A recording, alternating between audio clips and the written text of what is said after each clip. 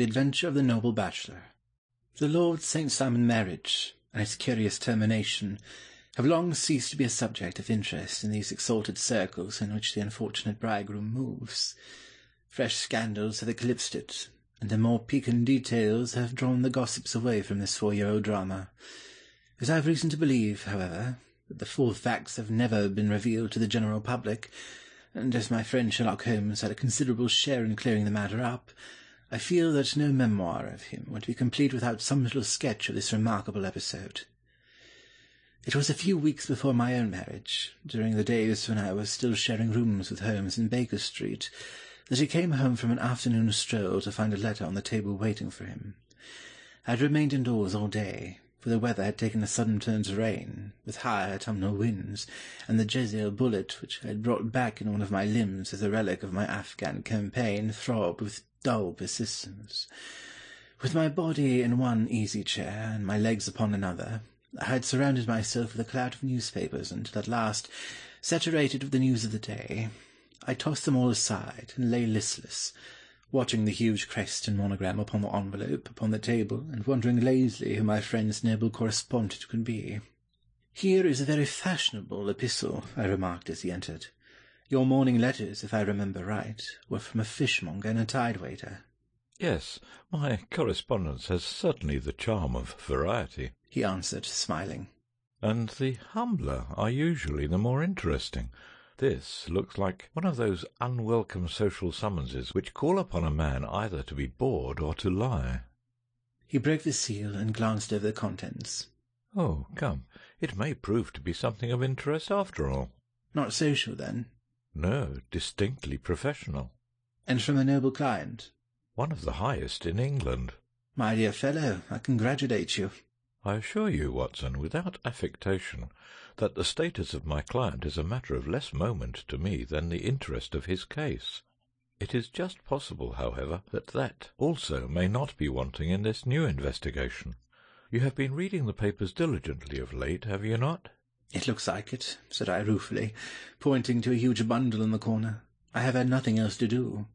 "It is fortunate, for you will perhaps be able to post me up. I read nothing except the criminal news and the agony column. The latter is always instructive.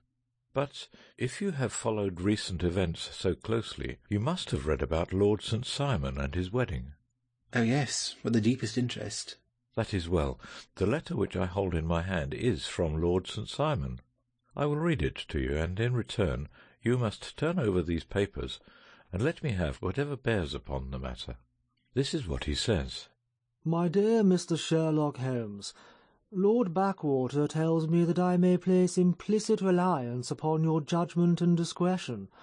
I have determined, therefore, to call upon you and to consult you in reference to the very painful event which has occurred in connection with my wedding. Mr. Lestrade of Scotland Yard is acting already in the matter, but he assures me that he sees no objection to your cooperation, and that he even thinks that it might be of some assistance. I will call at 4 o'clock in the afternoon, and, should you have any other engagement at that time, I hope that you will postpone it, as this matter is of paramount importance. Yours faithfully, Robert St. Simon. It is dated from Grosvenor Mansions, written with a quill pen, and the noble lord has had the misfortune to get a smear of ink upon the outer side of his right little finger," remarked Holmes as he folded up the epistle. "He says 4 o'clock. It is 3 now. He will be here in an hour." "Then I have just time, with your assistance, to get clear upon the subject. Turn over those papers and arrange the extracts in their order of time, while I take a glance as to who our client is." He picked a red-covered volume from a line of books of reference beside the mantelpiece. "Here he is," said he, sitting down and flattening it out upon his knee. "Lord Robert Walsingham de Vere St. Simon, second son of the Duke of Balmoral, arms, azure, 3 caltrops in chief over a fess sable, born in 1846. He's 41 years of age, which is mature for marriage. Was Under Secretary for the Colonies in a late administration. The Duke, his father, was at one time Secretary for Foreign Affairs. They inherit Plantagenet blood by direct descent, and Tudor on the distaff side. Ha! Well, there is nothing very instructive in all this. I think I must turn to you, Watson, for something more solid. I have very little difficulty in finding what I want, said I, for the facts are quite recent, and the matter struck me as remarkable. I fear to refer them to you, however, as I knew that you had an inquiry on hand, and that you disliked the intrusion of other matters. Oh, you mean the little problem of the Grosvenor Square furniture van. That is quite cleared up now, though indeed it was obvious from the first. Pray give me the results of your newspaper selections. Here is the first notice which I can find. It is in the personal column of the Morning Post, and dates, as you see, some weeks back. A marriage has been arranged, it says, and will, if rumour is correct, very shortly take place between Lord Robert St. Simon, second son of the Duke of Balmoral, and Miss Hattie Doran, the only daughter of Aloysius Doran, Esquire, of San Francisco, California, USA. That is all. Terse and to the point, remarked Holmes, stretching his long, thin legs towards the fire. There was a paragraph amplifying this in one of the society papers of the same week. Here it is. There will soon be a call for protection in the marriage market, for the present free trade principle appears to tell heavily against our home product. One by one the management of the noble houses of Great Britain is passing into the hands of our fair cousins from across the Atlantic. An important addition has been made during the last week to the list of the prizes which have been borne away by these charming invaders. Lord St. Simon, who has shown himself for over 20 years proof against the little god's arrows, has now definitely announced his approaching marriage with Miss Hattie Doran, the fascinating daughter of a California millionaire. Miss Doran, whose graceful figure and striking face attracted much attention at the Westbury House festivities, is an only child, and it is currently reported that her dowry will run to considerably over the 6 figures, with expectancies for the future. As it is an open secret that the Duke of Balmoral has been compelled to sell his pictures within the last few years, and as Lord St. Simon has no property of his own save the small estate of Birchmoor, it is obvious that the Californian heiress is not the only gainer by an alliance which will enable her to make the easy and common transition from a Republican lady to a British peeress. Anything else? Asked Holmes, yawning. Oh, yes, plenty. Then there is another note in the Morning Post to say that the marriage would be an absolutely quiet one, that it would be at St. George's, Hanover Square, that only half a dozen intimate friends would be invited, and that the party would return to the furnished house at Lancaster Gate, which has been taken by Mr. Aloysius Doran. 2 days later, that is, on Wednesday last, there is a curt announcement that the wedding had taken place, and that the honeymoon will be passed at Lord Backwater's place, near Petersfield. Those are all the notices which appeared before the disappearance of the bride. Before the what? Asked Holmes with a start. The vanishing of the lady. When did she vanish, then? At the wedding breakfast. Indeed. This is more interesting than it promised to be. Quite dramatic, in fact.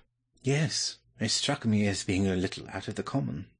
They often vanish before the ceremony and occasionally during the honeymoon, but I cannot call to mind anything quite so prompt as this. Pray let me have the details. I warn you that they are very incomplete. Perhaps we may make them less so. Such as they are set forth in a single article of a morning paper of yesterday, which I will read to you. It is headed, Singular Occurrence at a Fashionable Wedding. The family of Lord Robert St. Simon has been thrown into the greatest consternation by the strange and painful episodes which have taken place in connection with his wedding. The ceremony, as shortly announced in the papers of yesterday, occurred on the previous morning, but it is only now that it has been possible to confirm the strange rumours which have been so persistently floating about. In spite of the attempts of the friends to hush the matter up, so much public attention has now been drawn to it that no good purpose can be served by affecting to disregard what is a common subject of conversation. The ceremony, which was performed at St. George's, Hanover Square, was a very quiet one, no one being present save the father of the bride, Mr. Aloysius Doran, the Duchess of Balmoral, Lord Backwater, Lord Eustace and Lady Clara St. Simon, the younger brother and sister of the bridegroom, and Lady Alicia Whittington. The whole party proceeded afterwards to the house of Mr. Aloysius Doran at Lancaster Gate, where breakfast had been prepared. It appears that some little trouble was caused by a woman, whose name has not been ascertained, who who endeavoured to force her way into the house after the bridal party, alleging that she had some claim upon Lord St. Simon. It was only after a painful and prolonged scene that she was ejected by the butler and the footman. The bride, who had fortunately entered the house before this unpleasant interruption, had sat down to breakfast with the rest, when she complained of a sudden indisposition and retired to her room. Her prolonged absence having caused some comment, her father followed her, but learned from her maid that she had only come up to her chamber for an instant, caught up an ulster and bonnet, and hurried down to the passage. One of the footmen declared that he had seen a lady leave the house thus apparelled, but had refused to credit that it was his mistress, believing her to be with the company. On ascertaining that his daughter had disappeared, Mr. Aloysius Doran, in conjunction with the bridegroom, instantly put themselves in communication with the police, and very energetic inquiries are being made, which will probably result in a speedy clearing up of this very singular business. Up to a late hour last night, however, nothing had transpired as to the whereabouts of the missing lady. There are rumours of foul play in the matter, and it is said that the police have caused the arrest of the woman who had caused the original disturbance, in the belief that, from jealousy or some other motive, she may have been concerned in the strange disappearance of the bride. And is that all? Only one little item in another of the morning papers, but it is a suggestive one.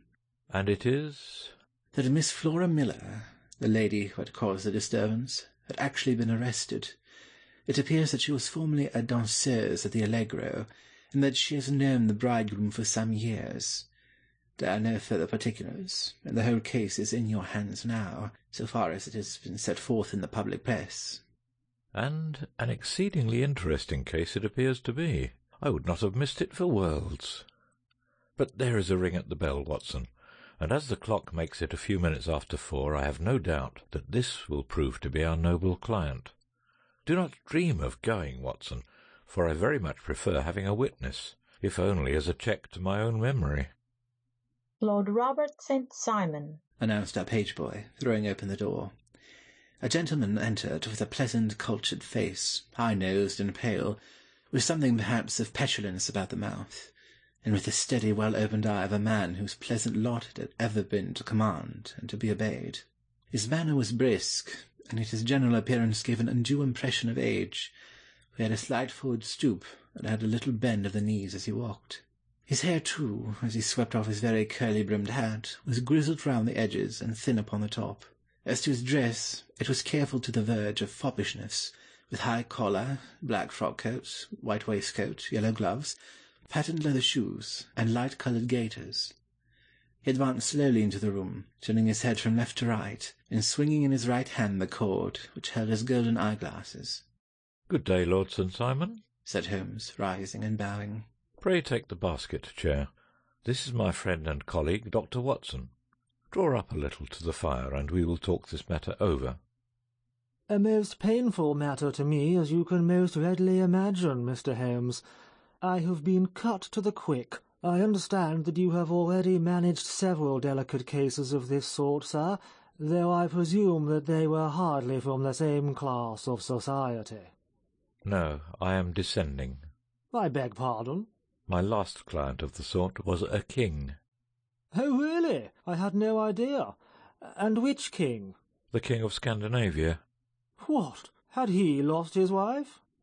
You can understand, said Holmes suavely, that I extend to the affairs of my other clients the same secrecy which I promised to you in yours. Of course. Very right, very right. I'm sure I beg pardon. As to my own case, I am ready to give you any information which may assist you in forming an opinion. Thank you. I have already learned all that is in the public prints. Nothing more. I presume that I may take it as correct. This article, for example, as to the disappearance of the bride. Lord St. Simon glanced over it. Yes, it is correct as far as it goes. But it needs a great deal of supplementing before anyone could offer an opinion. I think that I may arrive at my facts most directly by questioning you. Pray do so. When did you first meet Miss Hattie Doran? In San Francisco a year ago. You were travelling in the States? Yes. Did you become engaged then? No. But you were on a friendly footing? I was amused by her society, and she could see that I was amused. Her father is very rich? He is said to be the richest man on the Pacific slope. And how did he make his money? In mining. He had nothing a few years ago. Then he struck gold, invested it, and came up by leaps and bounds. Now, what is your own impression as to the young lady's, your wife's, character? The nobleman swung his glasses a little faster and stared down into the fire. "You see, Mr. Holmes," said he, "my wife was 20 before her father became a rich man. During that time she ran free in a mining camp and wandered through woods or mountains, so that her education has come from nature rather than from the schoolmaster. She is what we in England call a tomboy, with a strong nature, wild and free, unfettered by any sort of traditions. She is impetuous, volcanic, I was about to say. She is swift in making up her mind and fearless in carrying out her resolutions. On the other hand, I would not have given her the name which I have the honour to bear." He gave a little stately cough. "Had I not thought her to be at bottom a noble woman. I believe that she is capable of heroic self-sacrifice, and that anything dishonourable would be repugnant to her." Have you her photograph? "I brought this with me." He opened a locket and showed us the full face of a very lovely woman. It was not a photograph but an ivory miniature, and the artist had brought out the full effect of the lustrous black hair, the large dark eyes, and the exquisite mouth. Holmes gazed long and earnestly at it. Then he closed the locket and handed it back to Lord St. Simon. The young lady came to London then, and you renewed your acquaintance? "Yes, her father brought her over for this last London season. I met her several times, became engaged to her, and have now married her." She brought, I understand, a considerable dowry. "A fair dowry, not more than is usual in my family." And this, of course, remains to you, since the marriage is a fait accompli. "I really have made no inquiries on the subject." Very naturally not. Did you see Miss Doran on the day before the wedding? "Yes." Was she in good spirits? "Never better. She kept talking of what we should do in our future lives." Indeed, that is very interesting. And on the morning of the wedding? "She was as bright as possible, at least until after the ceremony." And did you observe any change in her then? "Well, to tell the truth, I saw then the first signs that I had ever seen that her temper was just a little sharp.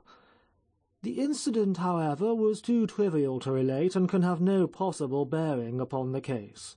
Pray let us have it, for all that. "Oh, it is childish. She dropped her bouquet as we went towards the vestry. She was passing the front pew at the time, and it fell over into the pew. There was a moment's delay, but the gentleman in the pew handed it up to her again, and it did not appear to be the worse for the fall.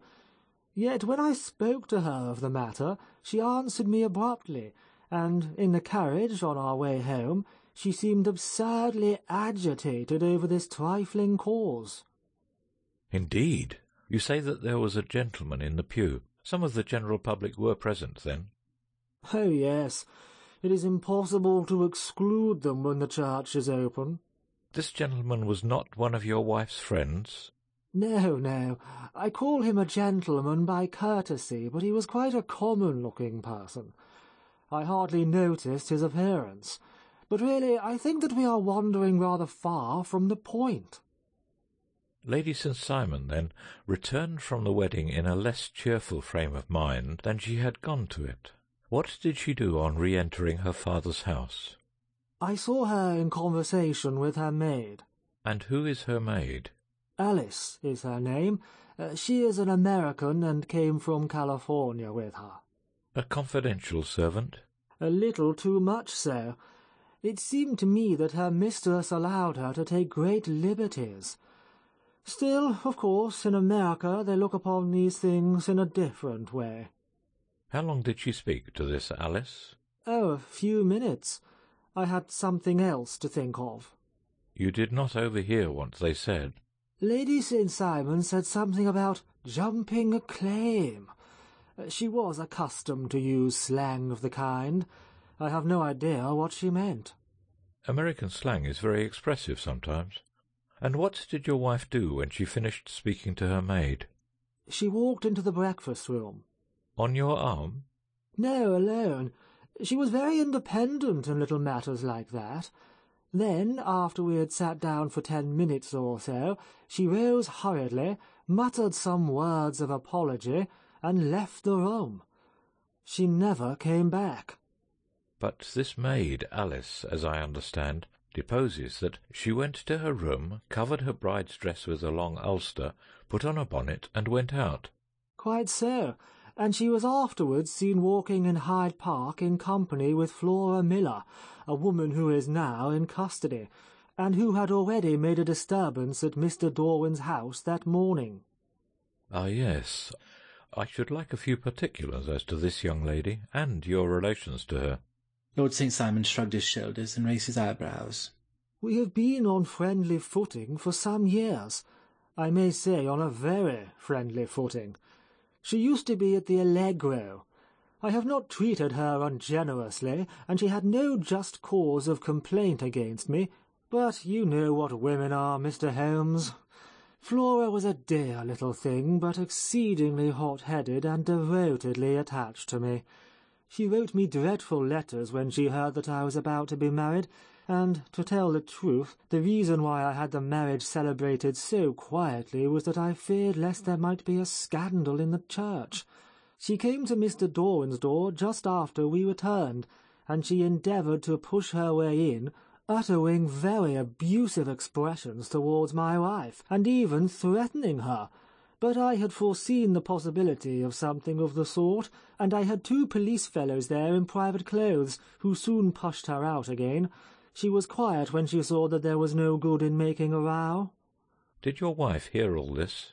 No, thank goodness, she did not. And she was seen walking with this very woman afterwards? Yes, that is what Mr. Lestrade of Scotland Yard looks upon as so serious. It is thought that Flora decoyed my wife out and laid some terrible trap for her. Well, it is a possible supposition. You think so, too? I did not say a probable one. But you do not yourself look upon this as likely. I do not think Flora would hurt a fly. Still, jealousy is a strange transformer of characters.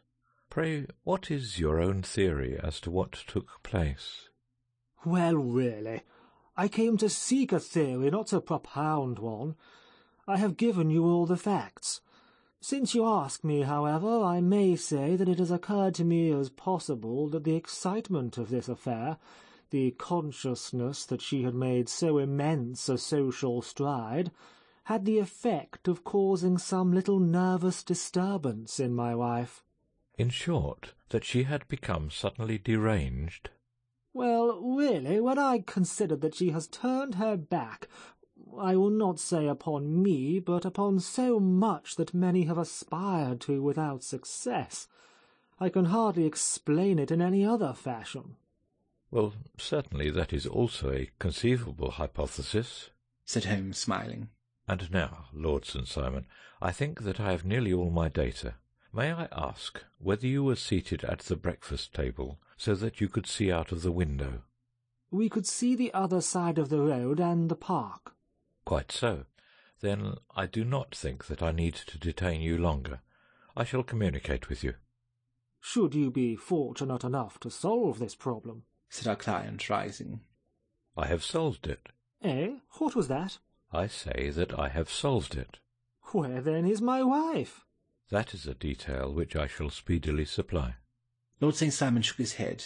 I am afraid that it will take wiser heads than yours or mine, he remarked, and bowing in a stately old-fashioned manner, he departed. It is very good of Lord St. Simon to honour my head by putting it on a level with his own, said Sherlock Holmes, laughing. I think that I shall have a whisky and soda and a cigar after all this cross-questioning. I had formed my conclusions as to the case before our client came into the room. My dear Holmes, I have notes of several similar cases, though none, as I remarked before, which were quite as prompt. My whole examination served to turn my conjecture into a certainty. Circumstantial evidence is occasionally very convincing, as when you find a trout in the milk, to quote Thoreau's example. But I have heard all that you have heard. Without, however, the knowledge of pre-existing cases which serves me so well. There was a parallel instance in Aberdeen some years back, and something on very much the same lines at Munich, the year after the Franco-Prussian War. It is one of these cases— But hello, here is Lestrade. Good afternoon, Lestrade. You will find an extra tumbler upon the sideboard, and there are cigars in the box. The official detective was attired in a pea jacket and a cravat, which gave him a decidedly nautical appearance, and he carried a black canvas bag in his hand. With a short greeting he seated himself and lit the cigar which had been offered to him. "What's up, then?" asked Holmes with a twinkle in his eye. "You look dissatisfied." "And I feel dissatisfied. It is this infernal St. Simon marriage case. I can make neither head nor tail of the business." "Really? You surprise me." "Whoever heard of such a mixed affair? Every clue seems to slip through my fingers. I have been at work upon it all day." "And very wet it seems to have made you," said Holmes, laying his hand upon the arm of the pea jacket. "Yes, I have been dragging the Serpentine." "In heaven's name, what for?" "In search of the body of Lady St. Simon." Sherlock Holmes leaned back in his chair and laughed heartily. "Have you dragged the basin of Trafalgar Square fountain?" he asked. "Why, what do you mean?" "Because you have just as good a chance of finding this lady in the one as in the other." Lestrade shot an angry glance at my companion. "I suppose you know all about it?" he snarled. "Well, I have only just heard the facts, but my mind is made up." "Oh, indeed. Then you think the Serpentine plays no part in the matter?" "I think it very unlikely." "Then perhaps you will kindly explain how it is that we found this in it." He opened his bag as he spoke, and tumbled onto the floor a wedding dress of watered silk, a pair of white satin shoes, and a bride's wreath and veil, all discoloured and soaked in water. "There," said he, putting a new wedding ring upon the top of the pile. "There is a little nut for you to crack, Master Holmes." "Oh, indeed," said my friend, blowing blue rings into the air. "You dragged them from the Serpentine?" "No, they were found floating near the margin by a park keeper. They have been identified as her clothes, and it seemed to me that if the clothes were there, the body would not be far off." "By the same brilliant reasoning, every man's body is to be found in the neighbourhood of his wardrobe. And pray, what did you hope to arrive at through this?" "At some evidence implicating Flora Miller in the disappearance." "I am afraid that you will find it difficult." "Are you indeed now?" cried Lestrade with some bitterness. "I am afraid, Holmes, that you are not very practical with your deductions and your inferences.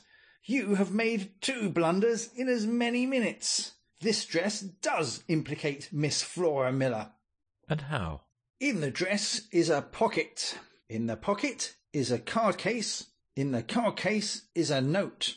And here is the very note." He slapped it down upon the table in front of him. "Listen to this. You will see me when all is ready. Come at once. F.H.M. Now, my theory all along has been that Lady St. Simon was decoyed away by Flora Miller, and that she, with confederates no doubt, was responsible for her disappearance. Here, signed with her initials, is the very note which was no doubt quietly slipped into her hand at the door, and which lured her within their reach." "Very good, Lestrade," said Holmes, laughing. "You really are very fine indeed. Let me see it." He took up the paper in a listless way, but his attention instantly became riveted, and he gave a little cry of satisfaction.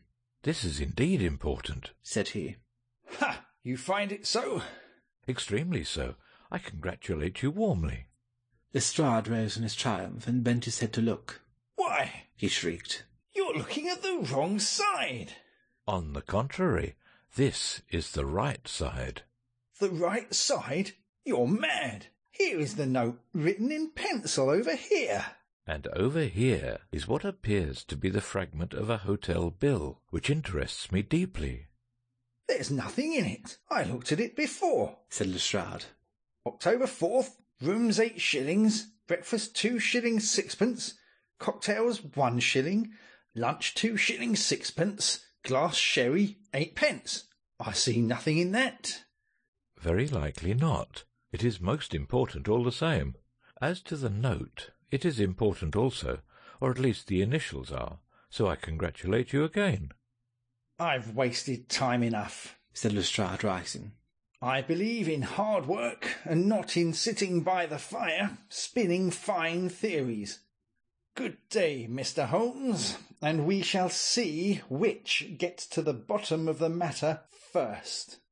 He gathered up the garments, thrust them into the bag, and made for the door. Just one hint to you, Lestrade, drawled Holmes before his rival vanished. I will tell you the true solution of the matter. Lady St. Simon is a myth. There is not, and there never has been, any such person. Lestrade looked sadly at my companion. Then he turned to me, tapped his forehead 3 times, shook his head solemnly, and hurried away. He had hardly shut the door behind him when Holmes rose to put on his overcoat. There is something in what the fellow says about outdoor work, he remarked. So I think, Watson, that I must leave you to your papers for a little. It was after 5 o'clock when Sherlock Holmes left me, but I had no time to be lonely, for within an hour there arrived a confectioner's man with a very large flat box. This he unpacked with the help of a youth whom he had brought with him, and presently, to my very great astonishment, a quite Epicurean little cold supper began to be laid out upon a humble lodging-house of mahogany. There were a couple of brace of cold woodcock, a pheasant, a pâté de foie gras pie with a group of ancient and cobwebby bottles. Having laid out all these luxuries, my 2 visitors vanished away, like the genii of the Arabian Nights, with no explanation save that the things had been paid for and were ordered to this address. Just before 9 o'clock, Sherlock Holmes stepped briskly into the room. His features were gravely set, but there was a light in his eye which made me think that he had not been disappointed in his conclusions. They have laid the supper, then? He said, rubbing his hands. You seem to expect company. They have laid for 5. Yes, I fancy we may have some company dropping in, said he. I am surprised that Lord St. Simon has not already arrived. Ah, I fancy that I hear his step now upon the stairs. It was indeed our visitor of the afternoon who came bustling in, dangling his glasses more vigorously than ever, and with a very perturbed expression upon his aristocratic features. My messenger reached you, then? asked Holmes. Yes, and I confess that the contents startled me beyond measure. Have you good authority for what you say? The best possible. Lord St. Simon sank into a chair and passed his hand over his forehead. What will the Duke say, he murmured, when he hears that one of the family has been subjected to such humiliation? It is the purest accident. I cannot allow that there is any humiliation. Ah, you look on these things from another standpoint. I fail to see that anyone is to blame. I can hardly see how the lady could have acted otherwise, though her abrupt method of doing it was undoubtedly to be regretted. Having no mother, she had no one to advise her at such a crisis. It was a slight, sir, a public slight, said Lord St. Simon, tapping his fingers upon the table. You must make allowance for this poor girl, placed in so unprecedented a position. I will make no allowance. I'm very angry indeed, and I have been shamefully used. I think that I heard a ring, said Holmes. Yes, there are steps on the landing. If I cannot persuade you to take a lenient view of the matter, Lord St. Simon, I have brought an advocate here who may be more successful. He opened the door and ushered in a lady and a gentleman. Lord St. Simon, said he, allow me to introduce you to Mr. and Mrs. Francis Hay Moulton. The lady, I think, you have already met. At the sight of these newcomers, our client had sprung from his seat and stood very erect, with his eyes cast down and his hand thrust into the breast of his frock-coat, a picture of offended dignity. The lady had taken a quick step forward and had held out her hand to him, but he still refused to raise his eyes. It was as well for his resolution, perhaps, for her pleading face was one which it was hard to resist. "You're angry, Robert," said she. Well, I guess you have every cause to be. Pray make no apology to me, said Lord St. Simon bitterly. Oh, yes, I know that I've treated you real bad, and that I should have spoken to you before I went. But I was kind of rattled, and from the time I saw Frank here, I just didn't know what I was doing or saying. I only wonder I didn't fall down and do a faint right there before the altar. Perhaps, Mrs. Moulton, you would like my friend and me to leave the room while you explain this matter. If I may give an opinion, remarked the strange gentleman, we've had just a little too much secrecy over the business already. For my part, I should like all Europe and America to hear the rights of it. He was a small, wiry, sunburnt man, clean-shaven, with a sharp face and alert manner. Then I'll tell our story right away, said the lady. Frank here and I met in '84, in McQuire's camp near the Rockies, where Pa was working a claim. We were engaged to each other, Frank and I. But then one day Father struck a rich pocket and made a pile, while poor Frank here had a claim that petered out and came to nothing. The richer Pa grew, the poorer was Frank. So at last Pa wouldn't hear of our engagement lasting any longer, and he took me away to Frisco. Frank wouldn't throw up his hand, though, so he followed me there, and he saw me without Pa knowing anything about it. It would only have made him mad to know, so we just fixed it all up for ourselves. Frank said that he would go and make his pile too, and never come back to claim me until he had as much as Pa. So then I promised to wait for him to the end of time, and pledged myself not to marry anyone else while he lived. Why shouldn't we be married right away, then? Said he. And then I will feel sure of you, and I won't claim to be your husband until I come back. Well, we talked it over, and he had fixed it up all so nicely, with a clergyman all ready and waiting, that we just did it right there. And then Frank went off to seek his fortune, and I went back to Pa. The next I heard of Frank was that he was in Montana, and then he went prospecting in Arizona, and then I heard of him from New Mexico. After that came a long newspaper story about how a miners' camp had been attacked by Apache Indians, and there was my Frank's name among the killed. I fainted dead away, and I was very sick for months after. Pa thought I had a decline, and took me to half the doctors in Frisco. Not a word of news came for a year and more, so that I never doubted that Frank was really dead. Then Lord St. Simon came to Frisco, and we came to London, and a marriage was arranged, and Pa was very pleased. But I felt all the time that no man on this earth would ever take the place in my heart that had been given to my poor Frank. Still, if I had married Lord St. Simon, of course I would have done my duty by him. We can't command our love, but we can our actions. I went to the altar with him with the intention to make him just as good a wife as it was in me to be. But you may imagine what I felt when, just as I came to the altar rails, I glanced back and saw Frank standing and looking at me out of the first pew. I thought it was his ghost at first, but when I looked again, there he was still, with a kind of question in his eyes, as if to ask me whether I were glad or sorry to see him. I wonder I didn't drop. I know that everything was turning round, and the words of the clergyman were just like the buzz of a bee in my ear. I didn't know what to do. Should I stop the service and make a scene in the church? I glanced at him again, and he seemed to know what I was thinking. He raised his fingers to his lips to tell me to be still. Then I saw him scribble on a piece of paper, and I knew that he was writing me a note. As I passed his pew on the way out, I dropped my bouquet over to him, and he slipped the note into my hand when he returned me the flowers. It was only a line, asking me to join him when he made the sign to me to do so. Of course, I never doubted for a moment that my first duty was now to him, and I determined to do just whatever he might direct. When I got back, I told my maid, who had known him in California and had always been his friend.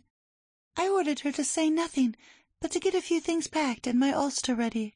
I know I ought to have spoken to Lord St. Simon, but it was dreadful hard before his mother and all those great people. I just made up my mind to run away and explain afterwards. I hadn't been at the table 10 minutes before I saw Frank out of the window at the other side of the road. He beckoned to me and then began walking into the park. I slipped out, put on my things, and followed him. Some woman came talking something or other about Lord St. Simon to me. Seemed to me from the little I heard as if he had a little secret of his own before marriage also. But I managed to get away from her and soon overtook Frank. We got into a cab together, and away we drove to some lodgings he had taken in Gordon Square. And that was my true wedding, after all those years of waiting. Frank had been a prisoner among the Apaches, had escaped, came on to Frisco, found that I had given him up for dead and had gone to England, followed me there, and had come up upon me at last on the very morning of my second wedding. I saw it in a paper, explained the American. It gave the name and church, but not where the lady lived. Then we had a talk as to what we should do, and Frank was all for openness, but I was so ashamed of it all that I felt as if I should like to vanish away and never see any of them again, just sending a line to Pa, perhaps, to show him that I was alive. It was awful to me to think of all those lords and ladies sitting around that breakfast table and waiting for me to come back. So Frank took my wedding clothes and things and made a bundle of them, so that I should not be traced, and dropped them somewhere where no one could find them. It is likely that we should have gone on to Paris tomorrow, only that this good gentleman, Mr. Holmes, came round to us this evening, though how he found us is more than I can think. And he showed us very clearly and kindly that I was wrong, and that Frank was right, and that we should be putting ourselves in the wrong if we were so secret. Then he offered to give us a chance of talking to Lord St. Simon alone, and so we came right away round to his rooms at once.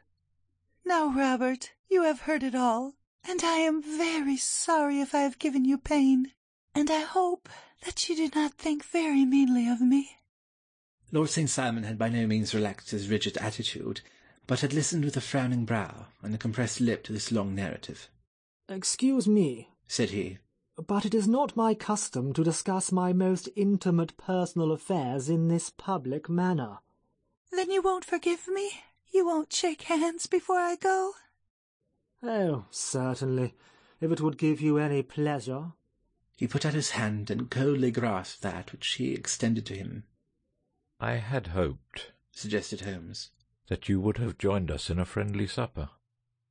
"I think that there you ask a little too much," responded his lordship. "I may be forced to acquiesce in these recent developments, but I can hardly be expected to make merry over them. I think that with your permission I will now wish you all a very good night." He included us all in a sweeping bow and stalked out of the room. "Then I trust that you at least will honour me with your company," said Sherlock Holmes. "It is always a joy to meet an American, Mr. Moulton, for I am one of those who believe that the folly of a monarch and the blundering of a minister in far-gone years will not prevent our children from being some day citizens of the same world-wide country, under a flag which shall be a quartering of the Union Jack with the Stars and Stripes." "The case has been an interesting one," remarked Holmes when our visitors had left us, "because it serves to show very clearly how simple the explanation may be of an affair which at first sight seems to be almost inexplicable. Nothing could be more natural than the sequence of events as narrated by this lady, and nothing stranger than the result when viewed, for instance, by Mr. Lestrade of Scotland Yard." "You are not yourself at fault at all, then?" "From the first, two facts were very obvious to me. The one, that the lady had been quite willing to undergo the wedding ceremony. The other, that she had repented of it within a few minutes of returning home. Obviously, something had occurred during the morning, then, to cause her to change her mind. What could that something be? She could not have spoken to anyone when she was out, for she had been in the company of the bridegroom. Had she seen someone, then? If she had, it must be someone from America, because she had spent so short a time in this country that she could hardly have allowed anyone to acquire so deep an influence over her that the mere sight of him would induce her to change her plans so completely. You see, we have already arrived, by a process of exclusion, at the idea that she might have seen an American. Then who could this American be, and why should he possess so much influence over her? It might be a lover, it might be a husband. Her young womanhood had, I knew, been spent in rough scenes and under strange conditions. So far I had got before I ever heard Lord St. Simon's narrative. When he told us of a man in a pew, of the change in the bride's manner, of so transparent a device for obtaining a note as the dropping of a bouquet, of her resort to her confidential maid, and of her very significant allusion to claim-jumping, which in miners' parlance means taking possession of that which another person has a prior claim to, the whole situation became absolutely clear. She had gone off with a man, and the man was either a lover or was a previous husband, the chances being in favour of the latter. And how in the world did you find them? It might have been difficult, but friend Lestrade held information in his hands, the value of which he did not himself know. The initials were, of course, of the highest importance, but more valuable still was it to know that within a week he had settled his bill at one of the most select London hotels. How did you deduce the select? By the select prices. 8 shillings for a bed, and 8pence for a glass of sherry, pointed to one of the most expensive hotels. There are not many in London which charge at that rate. In the second one which I visited in Northumberland Avenue, I learned by an inspection of the book that Francis H. Moulton, an American gentleman, had left only the day before, and on looking over the entries against him, I came upon the very items which I had seen in the duplicate bill. His letters were to be forwarded to 226 Gordon Square, so thither I travelled, and being fortunate enough to find the loving couple at home, I ventured to give them some paternal advice, and to point out to them that it would be better in every way that they should make their position a little clearer, both to the general public and to Lord St. Simon in particular. I invited them to meet him here, and as you see I made him keep the appointment. But with no very good result, I remarked. His conduct was certainly not very gracious. Ah, Watson, said Holmes, smiling. Perhaps you would not be very gracious either, if, after all the trouble of wooing and wedding, you found yourself deprived in an instant of wife and of fortune. I think that we may judge Lord St. Simon very mercifully, and thank our stars that we are never likely to find ourselves in the same position. Draw your chair up and hand me my violin, for the only problem we have still to solve is how to while away these bleak autumnal evenings.